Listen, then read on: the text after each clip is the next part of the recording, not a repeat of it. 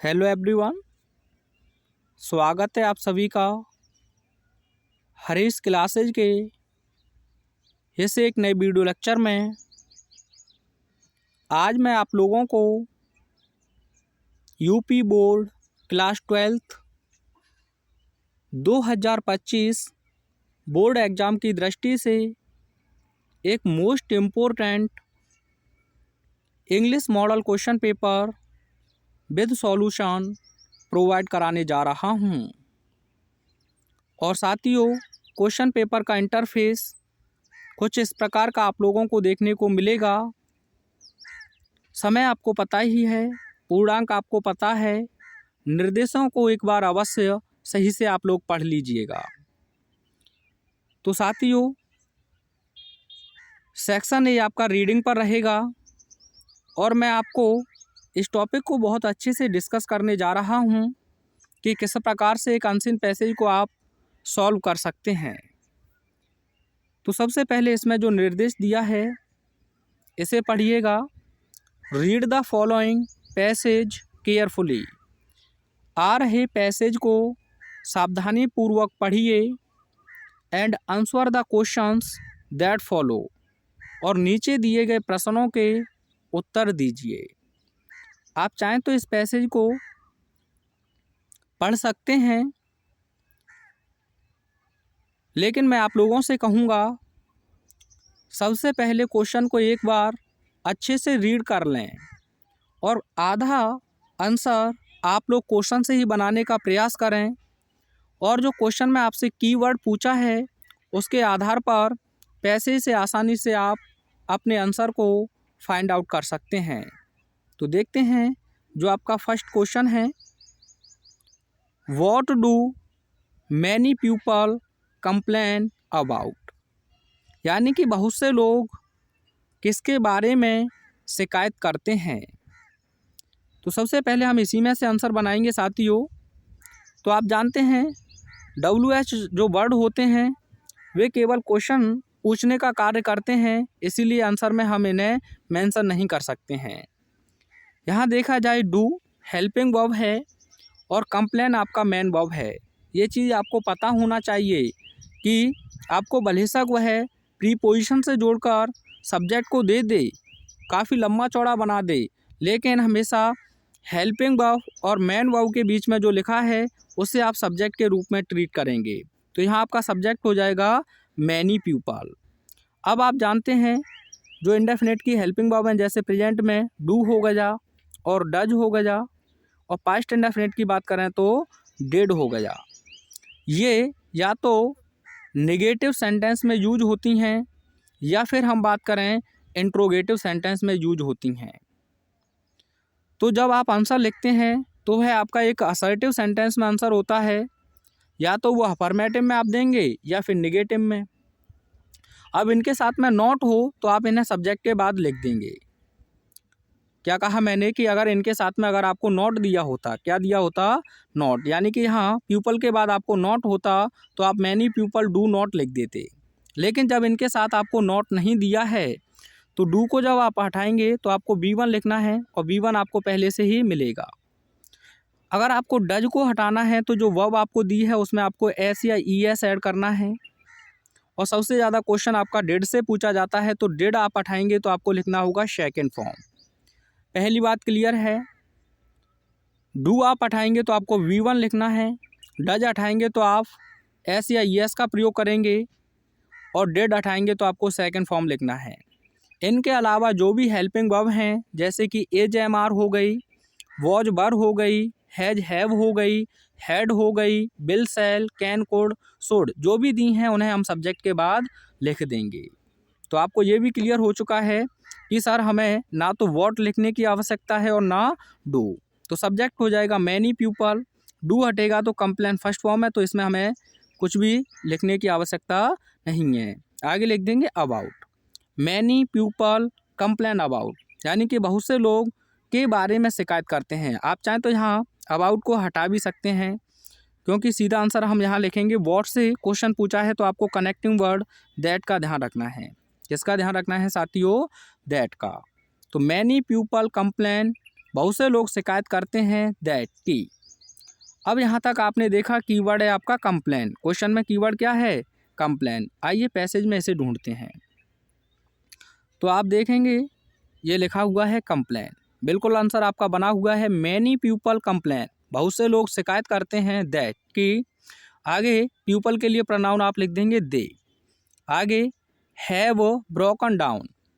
Broken down का मतलब है स्वास्थ्य का खराब होना, यानी कि दे है ब्रोकन डाउन, उनका स्वास्थ्य खराब हो चुका है थ्रू ओवरवर्क, अत्यधिक कार्य करने से। एक छोटी सी चीज़ और ध्यान रखेंगे, ये प्रेजेंट में है इसीलिए आपने हेल्पिंग वर्ब यहाँ प्रेजेंट में रखी है। अगर ये पास्ट में होता तो यहाँ आप पास्ट में पहुँचा देते, यानी कि हैड लिख देते। तो पहले क्वेश्चन का आंसर बहुत आसान तरीके से आप लिखेंगे मैनी पीपल कंप्लेन। बहुत से लोग शिकायत करते हैं दैट कि दे हैव ब्रोकन डाउन, उनका स्वास्थ्य खराब हो चुका है थ्रू ओवरवर्क, यानी कि अत्यधिक कार्य करने से। किसी भी तुक्का लगाने की आपको आवश्यकता नहीं है। कोई दिक्कत है? अगला देखिए second question, what is the cause of breakdown, यानी कि स्वास्थ्य खराब होने का क्या कारण है।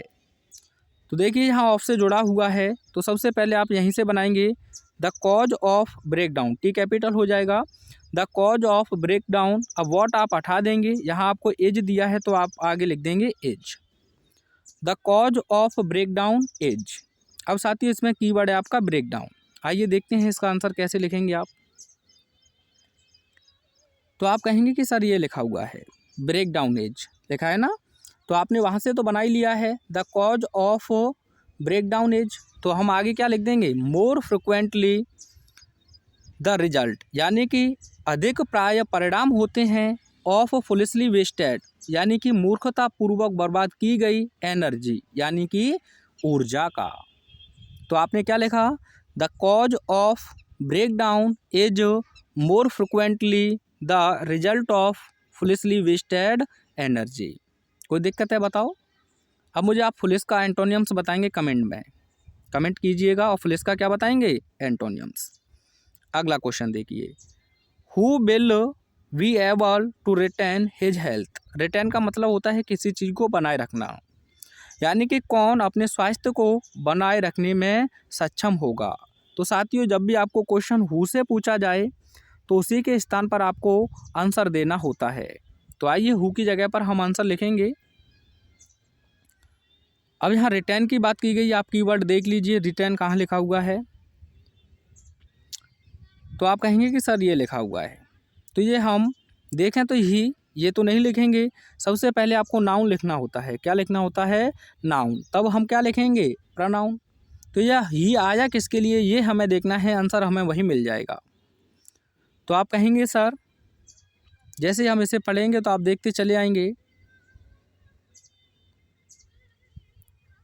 ये लिखा हुआ है the man who can work with a steady and calm persistency, freed from all anxiety and worry and with his mind utterly oblivious to all but the work he has in hand. तो ये दिया है आपको, तो इसी के लिए ये यहाँ रिटेन है। तो आपको आंसर लिखना है हु की जगह पर। तो आप लिखेंगे द मैन, यानी कि वह व्यक्ति हु कैन वर्क, जो कार्य कर सकता है, विद अ स्टडी, यानी कि दृढ़ता के साथ, यानी कि डिटर्मिनेशन के साथ, एंड काम परसिस्टेंसी, और बिल्कुल शांत निरंतरता के साथ। उसी के बाद आगे लिख देंगे कॉमा लगाकर, कॉमा लगाना होगा आपको, और कॉमा लगाकर आप क्वेश्चन से ही लिख देंगे क्या, will be able to retain his health, वह अपने स्वास्थ्य को बनाए रखने में सक्षम रहेगा। तो एक बार फिर सुन लीजिएगा, द मैन से लेकर आपको पहले यहाँ तक पूरा लिख देना है और कॉमा लगाएंगे आप, और कॉमा लगा के आप लिख देंगे will be able to retain his health. आप कहेंगे सर बिगर हेल्पिंग वर्ब के, देखो ये लिखा है आपका सब्जेक्ट और ये है आपका रिलेटिव क्लॉज, ठीक है, यानी कि आप देख सकते हैं हु सब्जेक्ट है उसके बाद ये। तो यहाँ द मैन लिखने से आंसर नहीं बनेगा, क्यों? उसके बारे में एक्स्ट्रा दिया है तो वो आपको लिखना होगा। आगे देखिए, what is useful and health giving, यानी कि व्हाट क्या, इज यूजफुल, लाभदायक है, एंड हेल्थ गिविंग, और स्वास्थ्यवर्धक है। तो यहाँ आपको वॉट की जगह पर ही आंसर लिखना है, क्योंकि ये पूछ रहा है कि कौन सी ऐसी चीज़ है। तो आइए देखते हैं, इसमें आपको ये कीवर्ड ध्यान रखना है, यूजफुल एंड हेल्थ गिविंग। तो आप कहेंगे कि सर ये लिखा हुआ है हेल्थ गिविंग, और वहाँ यूजफुल की जगह पर उसने सिनोनिम्स लिख दिया है बेनिफिशियल। तो आप क्या लिखेंगे वॉट की जगह पर, वर्क यानी कि कार्य, वेदर ऑफ ब्रेन, चाहे वह ब्रेन का हो यानी कि मस्तिष्क का, और बॉडी या फिर शरीर का हो, is useful and health giving, क्या होता है, लाभदायक होता है और स्वास्थ्यवर्धक होता है। आप बेनिफिशियल चाहें तो बेनिफिशियल लिख सकते हैं, नहीं तो यूजफुल चाहें तो यूजफुल लिख सकते हैं। तो ध्यान रखेंगे क्या लिखेंगे आप, द वर्क यानी कि कार्य, वेदर ऑफ ब्रेन या तो मस्तिष्क का हो और बॉडी या फिर शरीर का हो, is useful and health giving, क्या होता है साथियों, लाभदायक और स्वास्थ्यवर्धक होता है। आगे देखिए, विच word in the passage means loss of health, यानी कि स्वास्थ्य के खोने का पैसेज में क्या अर्थ है, इसमें आपको एक शब्द बताना है। तो आपने देखा था मीन्स माने होता है सिनोनिम्स यानी कि पर्यायवाची। तो यहाँ आप पर्यायवाची लिखेंगे तो आपको ये लिखा हुआ है ब्रेक डाउन, देखिए ब्रेक डाउन लिखा हुआ है तो ये हो जाएगा, ब्रोकन डाउन नहीं लिखना है साथियों, वो तो थर्ड फॉर्म है। तो यहाँ आप लिखेंगे ब्रेक डाउन, तो क्या मीन्स हो जाएगा, लॉस ऑफ हेल्थ का ब्रेक डाउन। आगे कह रहा है which word in the passage is opposite to the word curse, curse का आपको अपोजिट बताना है यानी कि एंटोनियम्स बताना है। अगर इसका सिनोनियम्स पूछता तो आप याद रखना, पूछा गया है लास्ट ईयर में, बैन होता है BANE, लिख लेना आप, ठीक है। ये तो सिनोनियम्स है साथियों। आइए इसके एंटोनियम्स की बात करते हैं हम। तो ये लिखा हुआ है बोन, बोन माने होता है वरदान, कर्स माने क्या होता है अभिशाप, और बोन माने होता है वरदान, तो ये इसका अपोजिट वर्ड हो जाएगा। यहाँ आपसे कह रहा है right the adverb form of the word complete, complete का आपको एडवर्ब फॉर्म बनाना है। तो वर्ब में जनरली या एडजेक्टिव में जनरली आप ly सुफिक्स कर दें यानी कि प्रत्यय लगा दें, तो यहाँ ly लिख दीजिएगा, तो ये हो जाएगा आपका कम्प्लीटली, क्या हो जाएगा साथियों, कम्प्लीटली, COMPLETELY, कम्प्लीटली, कोई दिक्कत तो नहीं है। आइए सेक्शन बी, तो 15 नंबर का वो रहा और 20 का सेक्शन बी रहेगा आपका।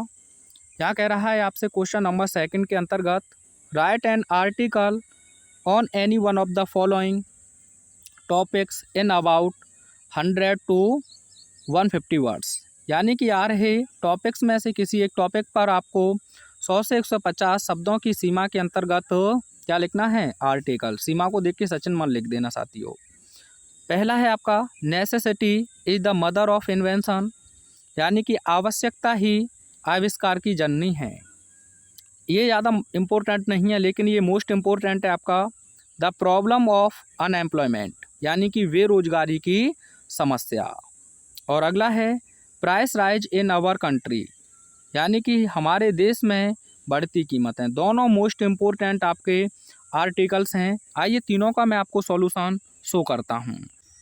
तो आप जो आर्टिकल आपसे पूछा था necessity is the mother of invention, इस पर आप आसानी से आर्टिकल लिख सकते हैं। जहाँ थोड़ा सा ये मिसप्रिंट हो गया है, यहाँ इन्वेंशंस लिख लेना आप, ठीक है, इन्वेंशंस एक जगह और है ऐसे ही। तो आप चाहें तो इसका एक स्क्रीनशॉट ले सकते हैं, और डिटेल में इसे हिंदी में समझना चाहते हैं तो मैंने एक्सप्लेन किया है, आपको प्लेलिस्ट में इसका वीडियो मिल जाएगा। तो ये है कंप्लीट आपका फर्स्ट आर्टिकल। आइए सेकंड को देखते हैं। जो सेकंड आर्टिकल था आपका द प्रॉब्लम ऑफ अनएम्प्लॉयमेंट, आप देख सकते हैं लास्ट 3 ईयर्स में इतनी बार इसे पूछा है। तो आप इसे पैराग्राफ वाइज ही लिखें, आप चाहें तो स्क्रीनशॉट ले सकते हैं। वैसे मैंने इसे डिटेल में आप लोगों को प्रोवाइड किया हुआ है, लेकिन अगर यहाँ भी टाइम लेंगे तो काफ़ी लंबा वीडियो चला जाएगा, और आप चाहें तो अपने अकॉर्डिंग इसे थोड़ा सा शॉर्ट भी कर सकते हैं। अब देखते हैं जो आपका अंतिम आर्टिकल पूछा है। ये देखिए, ये भी आपका इम्पोर्टेंट है, इसे भी आप पैराग्राफ वाइज ही लिखेंगे। वीडियो को पॉज कर आसानी से इसका स्क्रीनशॉट ले सकते हैं।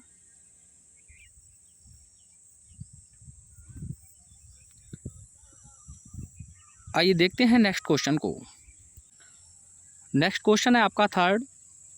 इसमें आपको किसी एक टॉपिक पर लेटर लिखना है और इसमें जो आपका फर्स्ट लेटर है काफ़ी इजी है और काफ़ी मोस्ट इम्पोर्टेंट भी है। और सेकंड आपका जो आपके डिविजनल ऑफिसर हैं उनसे एक नई पोस्ट ऑफिस खोलने के लिए आपको लेटर लिखना है। तो आइए दोनों के आंसर आपको शो कर देता हूं। तो यहाँ से आप आंसर लिखेंगे, आप स्क्रीनशॉट ले लीजिए। बहुत अच्छे से मैंने इन्हें डिस्कस किया है आप लोगों के समक्ष हर एक टॉपिक को। अब अगर आप प्लेलिस्ट में जाएंगे तो वहाँ जाकर आप इन सभी का सॉल्यूशन बहुत अच्छे से कवर कर लेंगे। यहाँ आपको लास्ट में थैंकिंग यू के बाद यहाँ लिख देंगे योर्स सिंसियरली और नीचे लिख देंगे XYZ।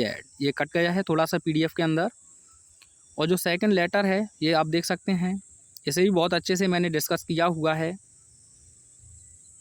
आप चाहें तो इसका भी एक स्क्रीनशॉट ले सकते हैं।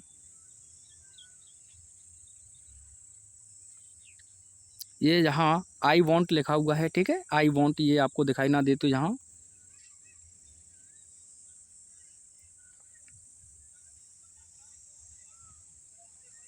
आइए देखते हैं अगला क्वेश्चन जो इस क्वेश्चन पेपर में आपको पूछा है। सेक्शन C यह आपका ग्रामर बेस्ड है।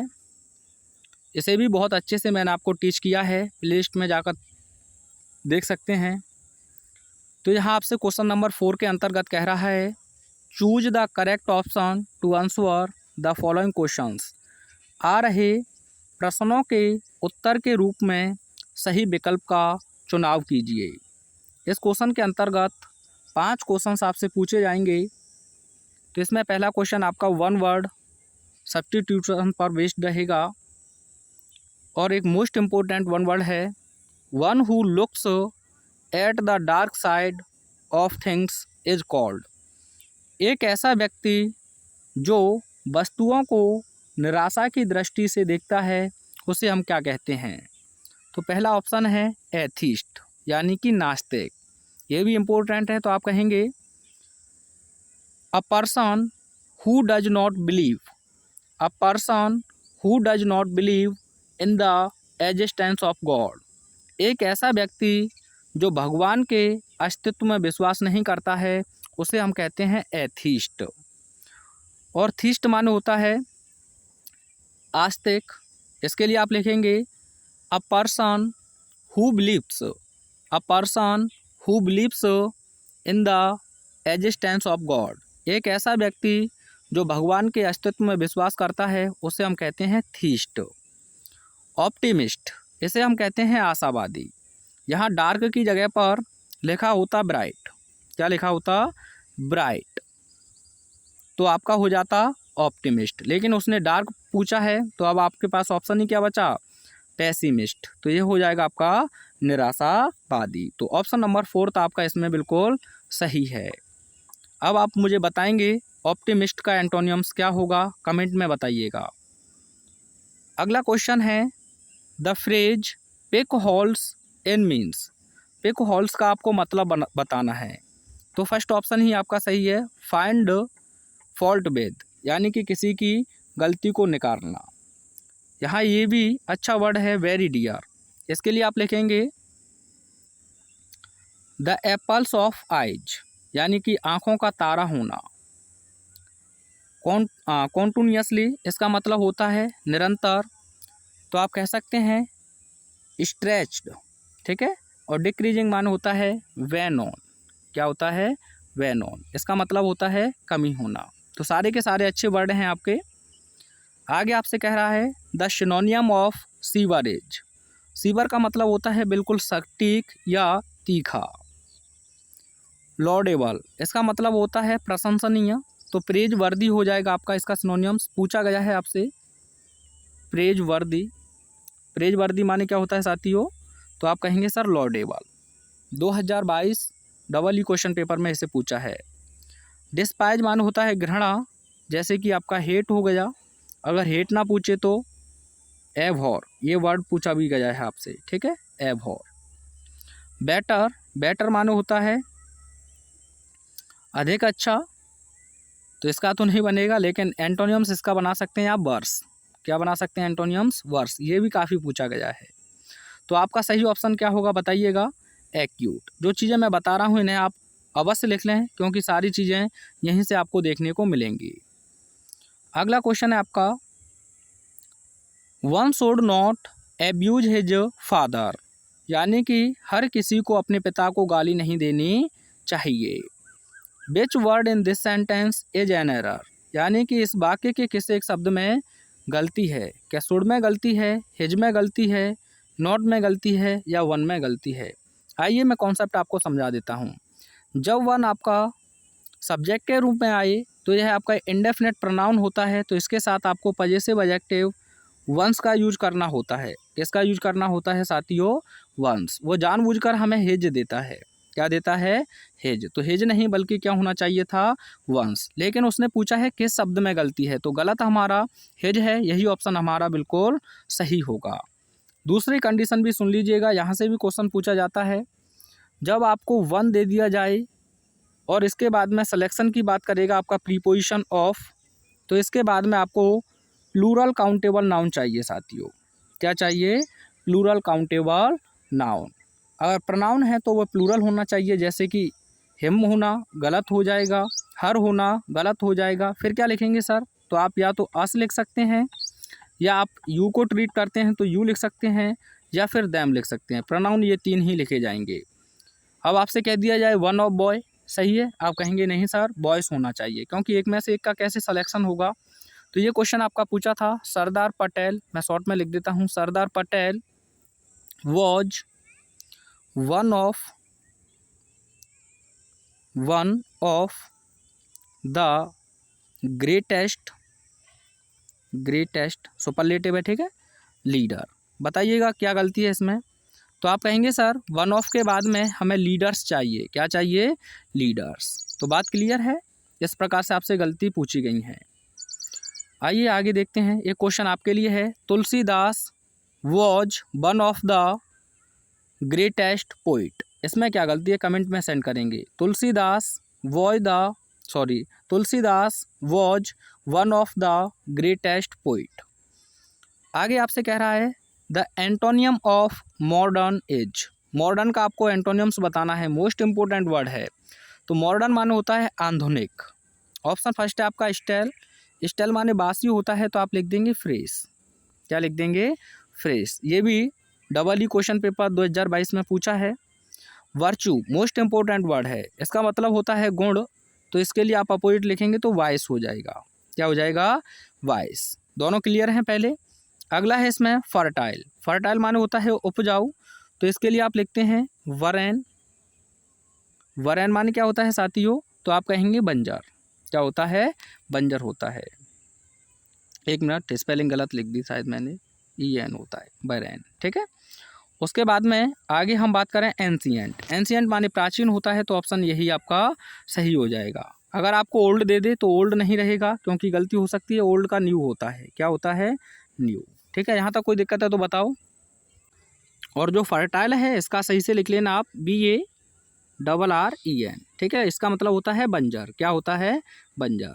पूछे जाने की संभावना रहेगी। आगे है क्वेश्चन नंबर 5, जिसके अंतर्गत आपसे कह रहा है change any one of the following into indirect speech. आ रहे वाक्यों में से किसी एक को इनडायरेक्ट स्पीच में चेंज कीजिए, यानी कि परिवर्तित कीजिए। तो पहला क्वेश्चन है, he said to me please give me your book for 2 days। तो साथियों रिपोर्टेड स्पीच प्लीज या काइंडली से आपको देखने को मिले तो सैड हो या सैड टू, उसे आप रिक्वेस्टेड में बदल देंगे। तो आप इसका आंसर लिखेंगे ही। सैड या सैड टू को बदल देंगे रिक्वेस्टेड में। किस में बदल देंगे? रिक्वेस्टेड में। उसके बाद आप लिख देंगे मी।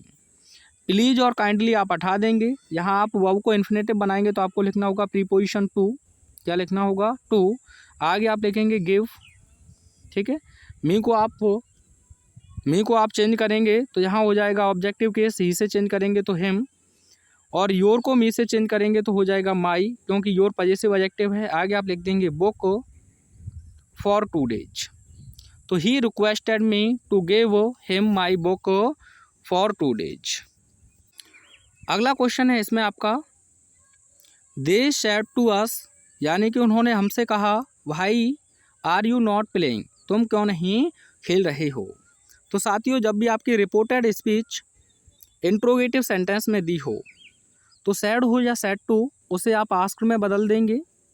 अगर वह हेल्पिंग वर्ब से स्टार्ट हुआ है तो आप कनेक्टिंग वर्ड इफ़ लगाएंगे कॉमा इन्वर्टेड कॉमा की जगह पर और सेंटेंस को असर्टिव में बदल देंगे। अगर WH वर्ड से क्वेश्चन ही पूछा है तो उस WH वर्ड को ही आप कंजंक्शन बना दें और आगे आप असर्टिव सेंटेंस में उसे कन्वर्ट कर दें। तो सबसे पहले आप यहाँ लिखेंगे दे और शैड या सैड टू को आप बदल देंगे आस्क्ड में। यहाँ लिख देंगे आप अस, कॉमा इन्वर्टेड कॉमा हटाएंगे, WH वर्ड है तो आप यहाँ लगा देंगे भाई, ठीक है। उसके बाद यू को अस से चेंज करेंगे तो हो जाएगा वी। AJMR आपका पास्ट में चला जाएगा तो हो जाएगा वी के अकॉर्डिंग वर, नॉट का नॉट रहेगा और प्लेइंग का प्लेइंग रहेगा, ठीक है, और फुल स्टॉप। तो they asked us why we were not playing.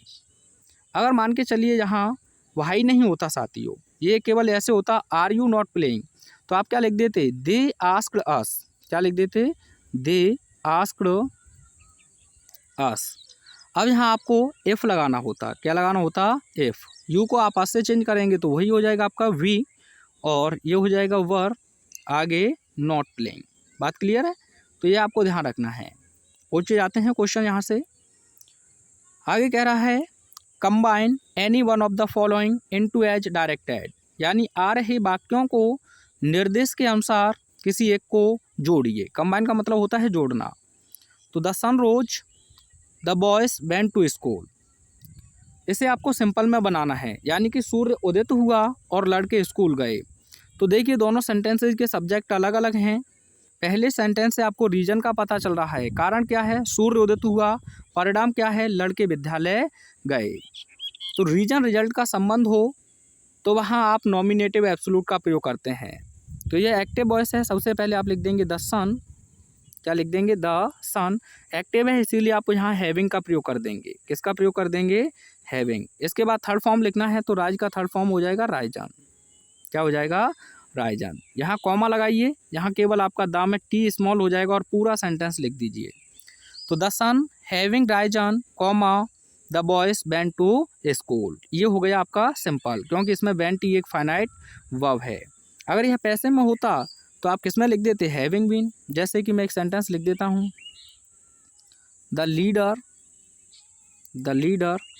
Was slain, the leader was slain, the followers ran away, ये मान लेते हैं, ठीक है।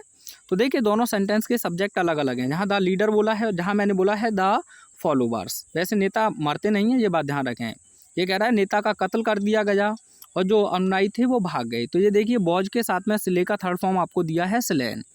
तो आप इसका आंसर लिखेंगे द लीडर और वॉज को हटा देंगे क्योंकि पैसे में है, वॉज के तुरंत बाद वहीं लिख देंगे हैविंग बीन, क्या लिख देंगे, हैविंग बीन, और वॉज हटा देंगे, थर्ड फॉर्म आपको दिया है स्लेन। तो the leader having been slain comma the followers ran away. अगर मान के चलिए आपको वॉज वर्ग के बाद में सब्जेक्ट कॉम्प्लीमेंट दिया हो तो वॉज वर्ग को आप बीइंग में बदल देंगे। किस में बदल देंगे, बीइंग में। आप कहेंगे सर कैसे, तो जैसे एक एग्जांपल है, it was a holiday, it was a holiday और we did not go to school, दो सेंटेंसेज हैं, यानी कि अवकाश था और हम विद्यालय नहीं गए। तो ये रीजन बता रहा है और यहाँ वी आपका सब्जेक्ट है। तो यहाँ वॉज आप देखें तो इसके बाद में थर्ड फॉर्म नहीं है, तो ये सब्जेक्ट कॉम्प्लीमेंट है, तो आप लिखेंगे इट बीइंग, क्या कर देंगे साथियों, इट बीइंग। तो ये नॉमिनेटिव एब्सोल्यूट पूरा फिनिश हो जाएगा। यहाँ से क्वेश्चन पूछे जाते हैं आपसे। आगे है, ही इज पुअर, वह गरीब है, ही इज नॉट डिसऑनेस्ट, वह बेईमान नहीं है। अब साथियों इसे कॉम्प्लेक्स में बदलना है। जब भी आपको कॉन्ट्रास्ट का भाव देखने को मिले तो कॉन्ट्रास्ट कंजंक्शन आप ऑल दो या फिर दो का प्रयोग करेंगे, पहले सेंटेंस को लिख देंगे और यहाँ आप ऑल दो या दो के साथ में या तो कॉमा लगाएंगे या फिर यट, ठीक है, और आगे के वाले क्लॉज जो सेंटेंस आपको दिया उसे एज इट इज लिख देंगे। तो आप कैसे कहेंगे, ऑल दो भले ही इज पुअर, वह गरीब है, या तो कॉमा या फिर yet he is dishonest, फिर भी वह ईमानदार है। अब या तो वो आपको डिस और नॉट हटा देता तो ऑनेस्ट भी दे देता, लेकिन उसने परेशान किया है आपको, क्योंकि नॉट भी नेगेटिव सेंस देगा और डिस भी, तो आपका मिलके हो जाएगा पॉजिटिव, यानी कि वह बेईमान नहीं है। तो आंसर होगा आपका although he is poor yet he is not dishonest. ऐसे भी कह सकता था आपसे he is poor he is honest, ऐसे दे देता आपको she is rich she is not happy. ठीक है, तो आप ऐसे ही बनाएंगे। अगर मान के चलिए कंपाउंड बनाना हो कॉन्ट्रास्ट वालों को, तो आपको यहाँ या तो यट का प्रयोग कर देना है, या फिर वट का प्रयोग कर देना है, या फिर स्टिल का। ये हो जाएगा आपका कंपाउंड सेंटेंस। क्या हो जाएगा? कंपाउंड। ठीक है, ध्यान रखें ये एग्जाम्पल्स पूछे गए हैं और पूछे जाने की संभावना रहेगी। आगे कह रहा है change any one of the following as directed. आ रहे वाक्यों में से किसी एक को निर्देश के अनुसार बदलिए। तो पहला है besides making a promise you kept it, यानी कि एक वायदा करने के अतिरिक्त तुमने इसे पूरा भी किया। कंपाउंड में इसे बनाना है, तो आप कैसे कहेंगे? तुमने ना केवल एक वायदा किया बल्कि इसे पूरा भी किया। आप ऐसे भी कह सकते हैं तुमने एक वायदा करने के साथ साथ इसे पूरा भी किया। तो सबसे पहले आपको सब्जेक्ट लिखना है, तो यहाँ यू लिखा है तो आप लिख लेंगे यू। अब उसके बाद में आपको बिसाइड्स तो हटा देना है क्योंकि ये तो प्रपोजिशन है। वर्ब लिखेंगे तो ये आपका पास्ट में है, तो इस जीरन फॉर्म को आपको पास्ट इंडेफिनिट में ले जाएंगे तो मेड हो जाएगा। उसके बाद लिख देंगे अ प्रॉमिस। क्या लिख देंगे? A promise. उसके बाद आप लिख देंगे एज वेल एज। क्या लिख देंगे? As well as. अब आप सब्जेक्ट लिख चुके हैं तो केप्ट इट लिख दीजिए केवल। क्या लिख देंगे? Kept it. ये बन गया compound. You made a promise, आपने एक वायदा किया, एज वेल एज, और साथ ही साथ केप्ट इट, आपने इसे पूरा भी किया। आप चाहें तो यू भी लिख सकते हैं, कोई दिक्कत नहीं है। अगर मान के चलिए नॉट ओनली से बनाना हो तो आप लिखेंगे यू।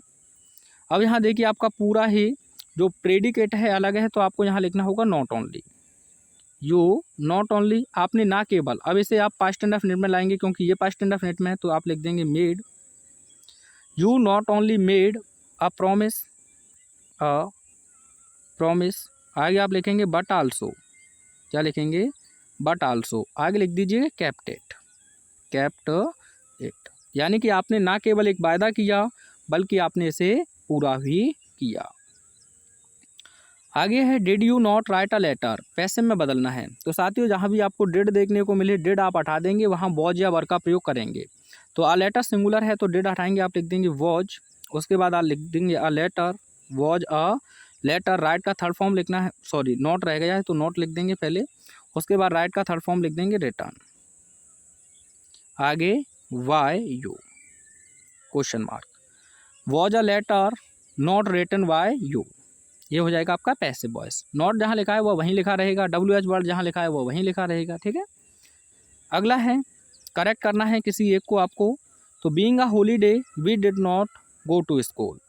अब साथियों ज़्यादातर टीचर करते क्या हैं, यहाँ बीइंग को कुछ कर देते हैं कुछ कर देते हैं, लेकिन आपको ध्यान रखना है ये नॉमिनेटिव एब्सोल्यूट का क्वेश्चन है, और नॉमिनेटिव एब्सोल्यूट में आपको दोनों सेंटेंसेस के सब्जेक्ट लिखने होते हैं, क्योंकि नॉमिनेट का मतलब होता है सब्जेक्ट और एब्सोल्यूट का मतलब होता है फ्री, यानी कि स्वतंत्र करना। तो ये वही है, देखिएगा being a holiday present participle से बनाएंगे तो ये गलत हो जाएगा। क्यों? क्योंकि प्रेजेंट पार्टिसिपल में आप जानते हैं बीइंग हम जब करते हैं दोनों दिए गए वाक्यों के सब्जेक्ट एक ही हों। जैसे यहाँ मैं लिख देता हूँ a tiger was hungry, a tiger was hungry. ठीक है, ये क्वेश्चन है। और ही किल्ड अ गॉट, तो यहाँ देखिए ही किसके लिए आ जाए? टाइगर के लिए, तभी आप बनाते हैं बीइंग हंग्री, भूखे होते हुए a tiger killed a got, यानी कि एक बाघ ने एक बकरी को जान से मार दिया। लेकिन ये नॉमिनेटिव है, क्यों? पहले से हमें रीजन का पता चल रहा है और दूसरे से रिजल्ट का। अब आप जानते हैं दिन, मौसम, महीना, इसके लिए आप इट का यूज करते हैं, तो आपको लिखना होगा इट बीइंग। कई बार पूछा गया है, बहुत बार बच्चों ने गलत किया है। It being a holiday, it being a holiday. उसके बाद आपको कॉमा से जोड़ना होगा, कॉमा, और आगे लिख देंगे we did not go to school. तो ये करेक्ट आंसर आपका होगा, कई बार पूछा गया है ये। अगला है if he will come comma I shall teach him. तो ये कंडीशनल सेंटेंस है, हिंदी में कह रहा है यदि वह आएगा तो मैं उसे पढ़ाऊँगा। आप कहेंगे सर दोनों में गागी गे है, सही होना चाहिए, नहीं। साथियों इफ़ हो गया आपका, अनटिल हो गया आपका, अनलेस हो गया आपका। ये क्लॉज कभी भी आपको फ्यूचर में नहीं लिखने हैं, ये क्लॉज आपको कभी भी फ्यूचर में नहीं लिखने हैं। अब कहेंगे सर फ्यूचर का मतलब, यानी कि इन्हें कभी भी आप इनके साथ वाले क्लॉज में विल या सेल का प्रयोग नहीं करेंगे, विल या सेल का प्रयोग नहीं करेंगे। विल और सेल सबसे पहले हटा देंगे आप। अगर मान के चलिए सब्जेक्ट आपका एक वचन है तो क्रिया में एस या ईएस आपको लगानी है, और प्लूरल है तो विल और सेल को ही हटा दीजिए, केवल क्या लिख देंगे V1। ठीक है, तो देखिएगा सबसे पहले आप इफ़ ही, विल आप हटा देंगे, कम में आप लगा देंगे एस, तो if he comes comma I shall teach him. एक क्वेश्चन आप लोगों के लिए है, इसे आप मुझे बनाएंगे इफ़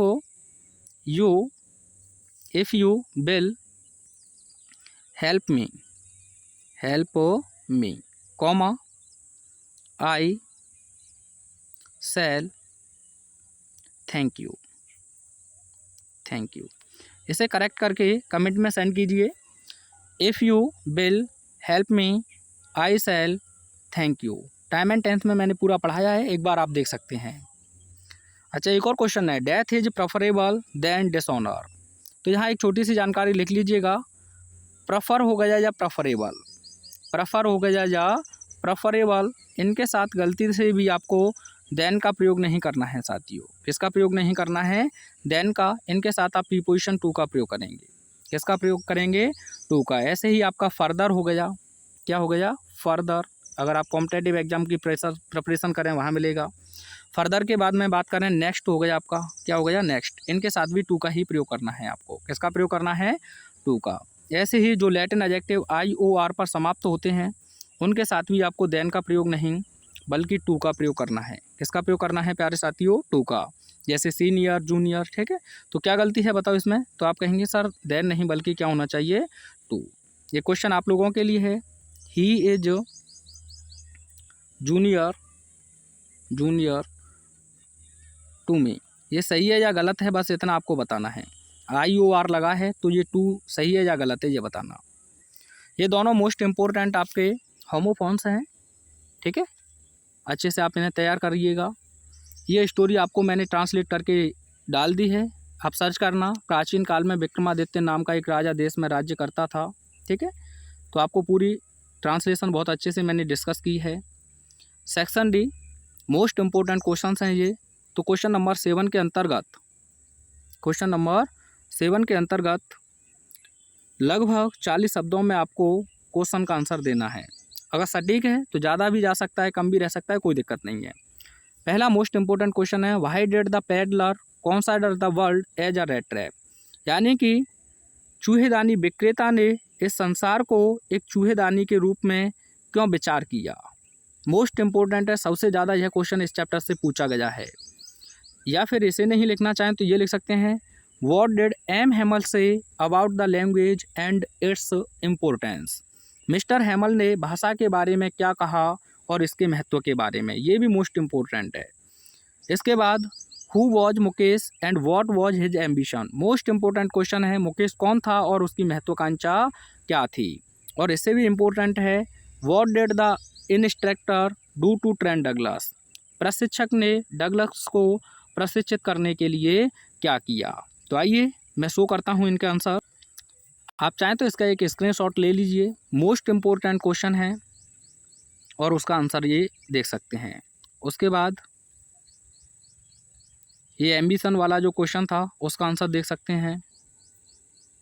और ये है, what did the instructor do to train Douglas. I hope आपने इसका स्क्रीनशॉट ले लिया होगा। और एम हैमल ने भाषा के बारे में और इसके महत्व के बारे में क्या कहा था, आप देख सकते हैं कितना सजा हुआ है। तो स्क्रीनशॉट ले सकते हैं, ये इसका हिंदी वर्जन है। आइए देखते हैं नेक्स्ट जो लॉन्ग क्वेश्चन आपसे पूछे हैं। तो क्वेश्चन नंबर 8 के अंतर्गत किसी एक क्वेश्चन का आपको लॉन्ग आंसर में मेंशन करना है।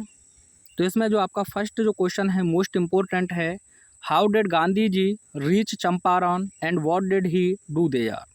यानी कि गांधी जी चंपारण कैसे पहुँचे और उन्होंने वहाँ क्या किया। एक अगला क्वेश्चन है, give a character sketch of peddler in the story the rate trap. दोनों मोस्ट इंपोर्टेंट हैं। आइए देखते हैं इनके सॉल्यूशंस। तो ये देख सकते हैं आप इसका आंसर। आप चाहें तो एक स्क्रीनशॉट इसका ले सकते हैं। और जो कैरेक्टर स्केच आपसे पूछा है पैडलर का, उसे आप ऐसे हेडिंग्स में लिख सकते हैं, ज़्यादा बड़ा नहीं है, 3 हेडिंग है, आसानी से कवर हो जाएगा, आसानी से लर्न कर लिएगा। आइए आगे देखते हैं जो नेक्स्ट क्वेश्चन आपसे। क्वेश्चन नंबर 9 के अंतर्गत आपको इस स्टेंजा को आसानी से पढ़ना है और उसके बाद आपको आंसर मेंशन करना है।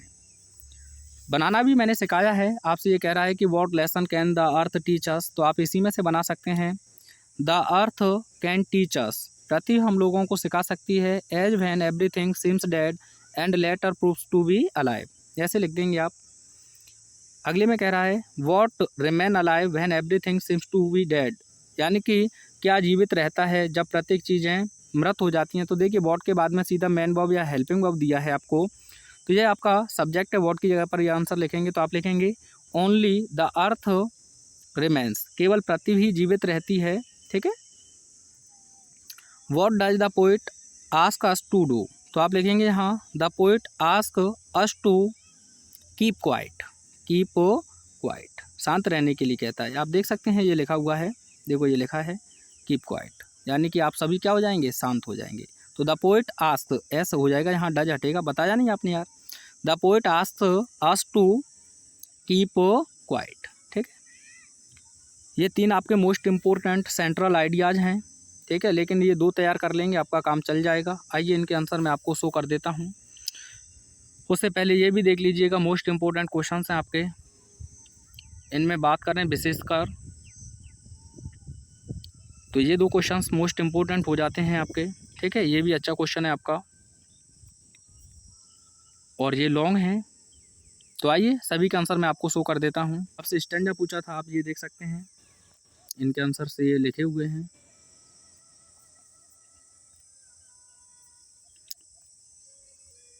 और जो सेंट्रल आइडिया है मोस्ट इम्पोर्टेंट, आप इसका स्क्रीनशॉट ले सकते हैं। अच्छे से मैंने डिस्कस किया हुआ है इन्हें। ये आई थिंक ऑफ ब्यूटी का सेंट्रल आइडिया है।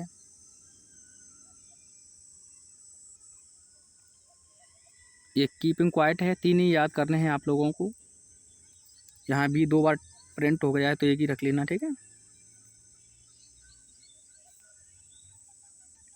उसके बाद जो आपको विस्तार यानी कि सप्लीमेंट्री से क्वेश्चन पूछे हैं, उनके ये स्क्रीनशॉट हैं, ले सकते हैं आप। जो सेकंड क्वेश्चन आपसे पूछा था, और ये है what was the chief aim of the students on ice programme, तो ये आंसर लिखा हुआ है आपके सामने।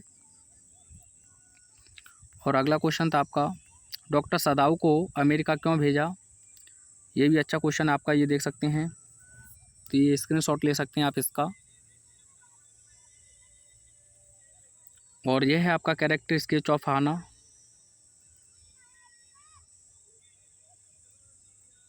और उसके बाद जो अंतिम क्वेश्चन आपसे पूछा था, मिस्टर लैम डेरी को कौन सी कहानी सुनाते हैं और क्यों। तो मैंने पूरा प्रयास किया है बेहतरीन से बेहतरीन जो बुक्स हैं उनका मटेरियल आप लोगों को प्रोवाइड करने का। टोटल मैं आपको 7 या 8 क्वेश्चन पेपर इसी प्रकार से सॉल्व कराऊंगा। आप जुड़े रहें, सभी को देख लेते हैं तो काफ़ी यूजफुल रहेंगे आप लोगों के लिए। वीडियो कैसा लगा बस कमेंट के माध्यम से अवश्य बताएं, ना लाइक करें ना शेयर, कोई दिक्कत नहीं है। ठीक है, थैंक्स फॉर वॉचिंग।